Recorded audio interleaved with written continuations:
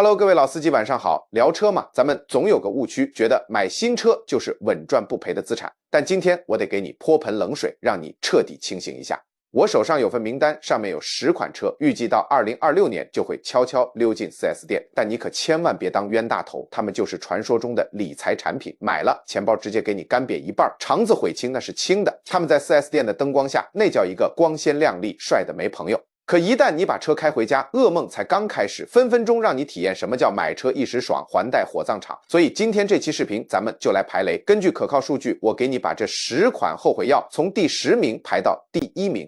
你可别小看这名单，背后牵扯的是车企的战略失误，也是市场的无情淘汰。我跟你讲，这里面说不定就有你正在看，甚至已经放在购物车里的车。有些车发动机会跟你玩心跳，今天给你表演个突然熄火，明天就让你体验一下半路抛锚的惊喜。还有些更狠，直接被品牌放弃后续保养，零件都得自己想办法妥妥的孤儿车，他们身上的坑够你踩好几年。尤其是咱这份榜单的冠军，5年下来这车的贬值速度比你1年工资涨得都快。所以听我一句劝，这可不是简单的倒数，这简直是你未来几年的财务生存指南。万一你中招了，那就是一边还着月供，一边眼睁睁看着爱车变成一堆废铁，那滋味谁尝谁知道。好了，话不多说，咱们这就从第10名开始，一路盘到那个能把人送走的年度最佳后悔选择。记住，他们能上榜无非就几个原因，要么是被市场卷到没边，要么是技术已经落后于时代，要么就是机械素质一塌糊涂。说白了就是纯的智商税。那么第一颗定时炸弹到底是啥？我们这就揭晓。第10名，雪佛兰迈锐宝和斯巴鲁力狮。嘿，你别说，这俩的命运那叫一个相同，结局都不咋美好，都已经停产了。雪佛兰那边已经确定了，迈锐宝在2025年之后就不生产了，斯巴鲁也放出消息，力狮也停产喽。你要是在2026年买这2款车，那可就是这些平台的最后一批车了，相当于绝唱了，他们都被各自的厂家给放弃喽。为啥会这样呢？你想啊，一家公司要是停产一款车，那肯定就不会再往它身上投钱啦，没更新没改进，后续也没人管。就说迈锐宝，它就靠着涡轮增压4缸发动机和2016款的变速箱一直生产到2026年，这燃油经济性啊差得很，马力在同级别车型里也是最低的。再看看斯巴鲁力狮，到了最后1年几乎啥更新都没有，为啥呢？因为厂家根本就不关心它了，人家都把心思放在跨界车上咯。咱再说说这转售价值，你买的可是厂家都公开宣布没啥价值的车，经销商知道这事儿，以后想买车的人也知道，一旦新款凯美瑞或者雅阁混动版上市，你手里的旧车残值那可就哐当一下暴跌咯。等过个5年，雪佛兰和斯巴鲁把旧款车型彻底淘汰了，你想找个配件都难，到时候你肯定得后悔，你花的可是新车的钱，买的却是市场都已经淘汰的车。迈锐宝和力狮啊，就像是汽车行业里的死胡同，谁要是在2026年买这俩车，那可就犯错喽。每次上网查车辆价值的时候，心里肯定不是滋味。第9名，凯迪拉克 XT6。家人们，今天来聊聊凯迪拉克 XT6。在我做的汽车综合点评里，它排第9。不过这第9名可有点尴尬，因为这货的故事完全就是一部失败史，而且还很特别呢。凯迪拉克 XT6 总共就只在市场上存活了6年，一直卖到2025年之后就停产了。为啥停产呀？说白了就是它失败了呗，它压根儿就算不上什么传奇车型，只能说是走到头了。这 XT6 从一开始就没找准自己的定位，你说它卡在尺寸小一点的 XT5 和那种特别庞大的凯雷德之间，显得格外尴尬。消费者呢对它根本就不咋上心，就跟看个路人似的。现在倒好，凯迪拉克打算用 Vistiq 去取代它。Vistiq 可是一款价格更高的纯电动 SUV， 人家代表着凯迪拉克品牌真正的未来。更残酷的是，凯迪拉克品牌的预测可靠性得分，满分100分，它才得了27分，这分数低的简直没眼看。再说说这 XT6， 它本身就是一款过渡车型，人家通用汽车从一开始就没打算把它做成一个长期的平台，纯粹就是暂时应付一下的。咱就说要是买2026款的 XT6， 那相当于你买了个啥呢？买了个制造商从战略层面上已经放弃了的玩意儿。等凯迪拉克推出下一代专门的电动 SUV 时，你这 XT6 立马就成老古董了。而且这车的贬值曲线那叫一个吓人，绝对是又陡峭又迅速。你买它买的可不是啥成功的汽车平台，而是一个注定要被取代的失败作品，这完全就是短视思维下的产物。我跟你们讲啊，要是你真买了这 XT6， 以后你肯定会后悔的，就等着到时候你想置换它的时候，那场面肯定让你头大。所以选车的时候可得擦亮眼睛，可别一不小心踩了这个坑。Hello， 各位老司机，今天咱们不聊别的，就盘一盘奥迪最近这波骚操作，简直让人看傻了眼。第8名，奥迪 A4 和 S4， 咱直接说重点，奥迪现在玩的根本不是技术，而是心理战。这是一场精心设计的命名游戏，但代价可能要由咱们这些消费者来扛。事情是这样的，奥迪官宣，从2025年起，咱们熟悉的燃油 A4 和 S4 就要正式告别历史舞台了。But 转折来了。奥迪不会让 AA4 这个金字招牌消失，他们马上会用 IS5 接替，而且没过多久 IA4 这个名字将以纯电动的身份重磅回归。好家伙，这名字来回腾挪，消费者直接看蒙圈了。那么问题来了，如果你在2026年咬牙贷款上了一台燃油 A45， 到底意味着啥？说白了，你花着旗舰的钱买到的却是一辆身份即将被注销的车，这可不是危言耸听。你想想看，名字没了，以后别人一提奥迪 A4 想到的就是那个酷炫的电车，你手里的这台燃油 A4 瞬间成了前朝余孽。2，平台废了，你买的这个 MLB Evo 平台是人家即将淘汰的上一代，就像你刚买了台最新款手机，结果厂家宣布系统不再更新。3，身份转变，整个车系的 DNA 都在转向电动，而你却抱着旧时代的产物。奥迪这波电动化转型那是下了血本的，目标就是2027至2028年全面发力。现在的燃油 A4S4 说白了就是断奶前的最后一口奶，是战略转型期里一个彻头彻尾的过渡产物。最致命的是什么？是这车的腰斩价。豪华车买家图啥？图的就是那份最新、最潮、最先进的科技感和面子。当奥迪的全新电动 A4 和升级后的平台闪亮登场，你这台老伙计在二手车市场瞬间就成了淘汰古董。要知道，二手豪车市场早就卷成麻花了，你这台车作为平台大换代前的绝版，贬值幅度只会更大。想转手，价格给你砍得爹妈不认。所以结论非常清晰，你花大价钱买的不是一台能开10年8年的传家宝，而是一张开到哪儿亏到哪儿的体验券。奥迪的内部过渡早就完成了，但对于咱们这些掏钱的消费者来说，从你提车的那天起，就注定走上了后悔之路。这波操作我只能给奥迪点个赞，至于赞什么，你品，你细品。宝子们，今天来聊聊排名第7的保时捷718 Boxster 和 Cayman。说真的，这俩车我每次提起来都有点心疼，他们真的是特别牛的车型。718 Boxster 和 Cayman 开起来那叫一个爽驾驶体验，直接拉满。可这俩车现在赶上的时间点简直太糟了，这可是最后一代用内燃机的718 Boxster 和 Cayman 了哈，过了这村可没这店儿。据小道消息，从2027年开始，保时捷就要全面转战电动平台啦。要是你买的是高性能 GT 版本，那还能稍微踏实点。为啥这么说呢？因为这类车一般都有个特点，它会升值，有收藏价值，以后说不定还能给您小赚一笔呢。但要是你在2026年买的是标准版718，那可就掉坑里了。这辆车妥妥的要贬值，下一代的电动718那更是会给车界来一场大变革。电动机的扭矩输出那叫一个迅猛，瞬间就能给你推出去，操控动态也和现在的燃油版完全不是一回事儿，性能基准更是要被刷出一个新高度。等电动版一上市，你手里的燃油版718瞬间就成老古董了，就像是革命前的旧产物。除非你买的是顶配车型，不然市场上谁会拿正眼瞧它呀？这就是很典型的上一代遗憾，你花了高价买的车，马上就要被新技术给拍在沙滩上了。保时捷在不断往前奔，但你2026款的718注定是要被时代淘汰咯。所以宝子们，如果你们想入手718，就2条路，要么直接冲收藏级别的版本，要么就再等等电动车型上市，千万别卡在中间，到时候遭了贬值的罪可就不划算了。嘿，各位车迷朋友们，今儿咱们来聊聊排名第6的日产 Rogue 哈。这日产 Rogue 搭载的可是 VC 涡轮增压发动机，也就是可变压缩比涡轮增压发动机哈。现在咱就得说说这机械故障的事儿了。这日产 Rogue 它其实就是制造商为了赶工，把这复杂技术弄出来，去满足那效率标准，结果搞出问题的一个典型例子。日产现在正在大规模的进行安全召回呢，超过44.3万辆汽车都受影响喽。问题就出在曲轴轴承故障这一块。这可变压缩比发动机它本身就存在根本性的设计缺陷，这可是会导致灾难性故障的。你想想咱开车正走着呢，发动机哐当一下就熄火了，多危险呢！而且还有起火的风险呢。日产都已经收到超过1000起跟这问题有关的保修索赔了。这可变压缩比系统原本是日产拿来应对严格燃油经济性法规的办法，可没想到这办法反而引入了机械应力，发动机根本就没法长期承受。就算日产按照召回条款给你的车修好了，你开的还是一辆明知设计有脆弱点的车更离谱的是，日产正在开发下一代混合动力系统的 Rogue 呢，预计2026年或者2027年左右就上市了。这就说明啊，日产自己都知道这可变压缩比发动机是条死胡同，他们都已经在往其他技术上转了，但他们到2026年还会把这玩意儿卖给你。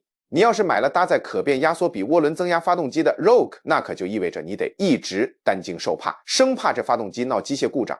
你这就是在赌你的发动机过了保修期不会出问题。等混合动力版的 Rogue 上市了，你那复杂又容易出故障的涡轮增压版车型看起来妥妥就是个糟糕的选择。这日产 Rogue 啊，它就是优先考虑短期合规性，根本没把长期可靠性当回事儿，最后买家就得为这事儿买单。要是你觉得这些信息有用，不想在2026年犯那种大的财务错误，那就考虑订阅咱们频道，咱们会揭秘汽车行业最大的秘密，让你买车的时候能做出更明智的决策。赶紧点击订阅按钮，可别错过咱们下一次的深度分析啦。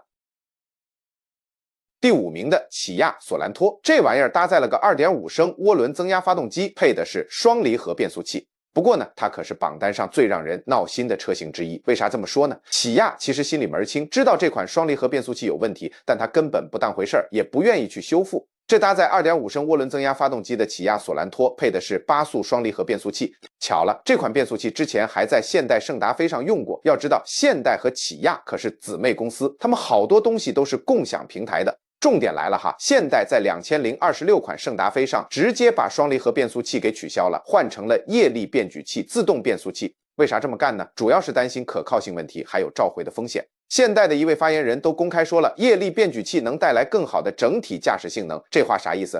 不就是说双离合变速器有问题得修吗？可起亚倒好，确认2026款索兰托还接着用双离合变速器。这双离合变速器机械结构老复杂了，对那种走走停停的路况特别敏感，温度一变它就有点扛不住，磨损速度比传统自动变速器快多了，而且一旦出故障，维修成本高的离谱。那起亚为啥非要接着用这款变速器呢？说白了，继续用现有的变速器比重新设计索兰托的整个动力系统便宜多了。起亚心里就想着赚钱，压根儿没把车辆的长期可靠性当回事儿。要是你买了搭载这款变速器的2026款索兰托，那就意味着你得接受它已知的故障风险。现代汽车都觉得这款变速器太危险了，自己家同款车型都不用了，这可不是咱瞎猜，人家官方都承认了，你买的就是一款有缺陷的产品，等过几年变速器开始打滑了，你肯定得后悔死。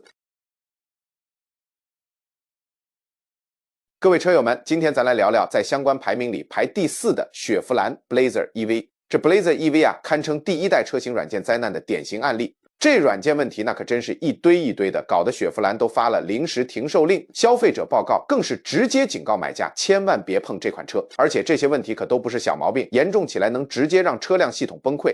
Blazer EV 是基于通用汽车全新的 Altium 平台打造的，是那种软件定义的车辆，听起来挺有未来感，对。但软件一出故障，那就原形毕露了。好多车主反馈，这车上屏幕老是闪烁，导航系统也时不时出问题，充电故障更是直接能让车抛锚，信息娱乐系统还会无限循环，控制按钮也不好使。更闹心的是，通用汽车把 Apple CarPlay 和 Android Auto 从这款车上给移除了，就想让咱用他们那专有系统。可这专有系统一出故障，那真是啥都没了，没导航，没音乐，连免提通话都用不了，咱就只能干等着空中升级。关键是这升级说不定还解决不了问题。行业数据显示，现在新车投诉最多的就是信息娱乐系统问题，每100辆车的投诉能超过42起。这 Blazer EV 电动车妥妥是以一种最糟糕的方式引领了这个潮流。这其实就是汽车制造商急于赶上电气化截止日期带来的后果。他们着急忙慌推出的车一点都不成熟，技术没验证好，漏洞也没修复，咱买家就这么成了免费的测试员，3天2头往经销商那里跑，还得忍受好几年的软件补丁。就说那个2026款的 Blazer 电动车，这完全就是对未经验证技术的一场赌博，而且还是来自一家已经证明自己搞不好软件的公司。你买了这辆车，每天就跟碰运气似的，都不知道它能不能正常运行。这哪是拥有一辆车啊，简直就是长期受折磨，真的太让人遗憾了。家人们，第3名登场啦，它就是吉普牧马人。牧马人上榜可不是因为它快停产了哈，而是它有个老大难的问题一直没解决，吉普还死活不好好修。这问题就是大名鼎鼎的死亡摇摆，光听这名字就够吓人的。啥是死亡摇摆呢？就是车的前部会剧烈的不受控制的抖动，一般是在高速行驶的时候，车子撞到路面上的颠簸或者不平整的地方之后就容易出现，尤其是时速在60到70英里之间的时候，方向盘那抖得厉害，司机根本控制不住。这情况可不少见，不是个别现象，现代牧马人车型普遍都有这毛病。因为这事儿，吉普面临好多起集体诉讼呢。美国国家公路交通安全管理局都来调查了，吉普咋回应的呢？他把问题甩锅给磨损的零部件或者售后改装，觉得这是车主的责任，不是人家设计有缺陷。咱再看看吉普这品牌，预测可靠性评分才33分，满分100分，这分数也太惨了。而且牧马人是基于一个有结构缺陷的平台打造的，这就导致死亡摇摆几乎没法避免。时间一长，车主们会换转向减震器、拉杆和横拉杆，想着能解决问题，可这也就是暂时应付一下，根本原因还是出在设计上。要是你买2026款牧马人，就得做好接受这个问题的准备，可能不会马上就出现，第一年也不一定有，但总有一天你在高速上压到个坑，车头就开始抖，感觉都要散架了。你把车开到经销商那儿，他们就说这是正常磨损，或者让你花大价钱维修，可这维修说不定都解决不了问题。这哪是买了辆车啊，简直就是背了个永远修不完的负担，开着它心里就一直焦虑，还得花好多钱修。这些问题本来从设计的时候就该避免的，等你买了那肯定得后悔。家人们，咱来聊聊排第2名的大神丰田 Mirai。这丰田 Mirai 啊，乍一听的技术老厉害了，简直就像个技术奇迹，感觉像是直接从未来开过来的车。可谁能想到呢？它实际上完全就是个大冤种，相当于买回去就打水漂的玩意儿。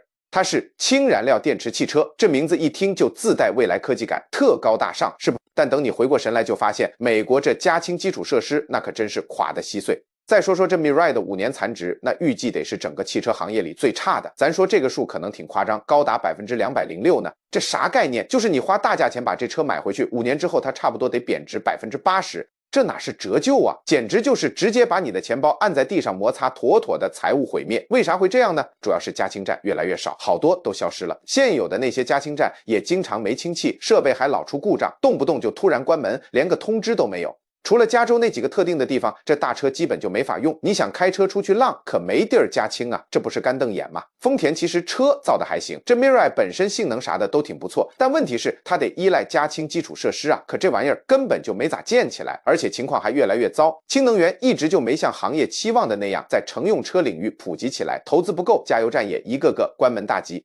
那你说花那么多钱买这 Mirai 到底买了个啥？说白了就是买了个高成本还没法用的资产。车性能再好没地儿加油，不就跟废铁一样吗？你买回去就会后悔的肠子都青了，想卖根本没人要，想开又没氢气，直接就被困在这车上了。这时候车的价值也就剩下你当初买它时的一小部分了，关键这比例还一直在降。Mirai 这就是个活生生的警示案例，告诉咱压错技术有多可怕。谁要是在2026年还买它，那指定得后悔一辈子，以后就只能守着这辆车干着急，动都动不了。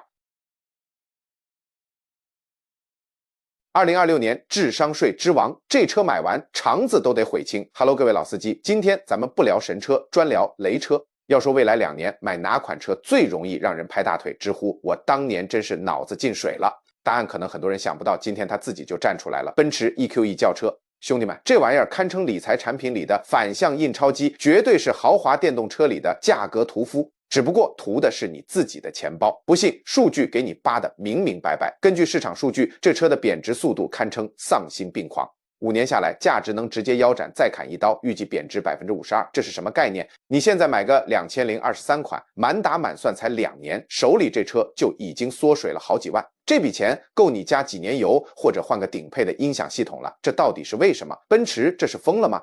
不是，豪华电动车的游戏规则正在被重新书写。咱们买豪华车的图啥？不就图一个人无我有吗？最新的技术、最长的续航、最快的充电、最酷的交互体验，这些才是豪华买家的灵魂。但问题是，电动车这玩意儿技术迭代的速度比你换手机还快。你想想 800V 高压快充现在都快成标配了，充电速度直接翻倍，就像用 5G 取代了 3G。 下一代电池技术，更智能的座舱软件，更犀利的自动驾驶，奔驰自己都在憋大招。2027 2028年的新平台已经在路上了，续航、充电、性能全方面吊打现在的 EQE。你倒好，2026年刚提了 EQE， 感觉自己领先了，结果转头一看，隔壁新款已经在向你招手，成了上一个时代的产物。二手车市场的买家更是精得跟猴似的，他们知道加点钱就能买到技术更新潮的新车，所以你的二手 EQE 根本不用跟别的二手 EQE 比，你是在和新车正面硬刚啊！你这边的配置、续航在人家新款面前妥妥的降维打击。更雪上加霜的是，据第三方可靠性评分 ，EQE 的分数只有惨不忍睹的2分，满分5。这意味着什么？不仅贬值快，维修还可能是个无底洞，一场完美风暴就这么形成了。一、技术飞快迭代，刚买就过时；二、竞品太强，新车价格几乎持平，但比你新；三、保值率崩盘，二手市场没人接盘；四、可靠性存疑，维修成本高。买 EQE， 你不是买了一台车，你是买了一张通往不断缩水资产的单程票。每个月你的资产都在以肉眼可见的速度蒸发，每一款新车的发布都是在给你这辆老车判死刑。这不是一次糟糕的购买，这是长达数年的财务黑洞。它完美诠释了在一个超速发展的市场里追逐尖端科技有多可怕。你以为你占了先机，市场转头就给你一记响亮的耳光，代价就是数万美元的真金白银。所以2026年，如果你想体验一把什么叫买完就后悔， EQE 绝对是你的不二之选。好了，今天的劝退环节就到这儿。当然，凡事无绝对，不是所有新车都像 EQE 这样劝退。想不想看看完全相反的例子？想不想知道哪些车是真正经受住时间考验，至今仍是车迷心中 EYDS 永远的神的传奇？我们下期视频就带你穿越回上世纪70年代，看看那些美国人至今还在疯狂追捧的经典车型。点个关注，咱们不见不散。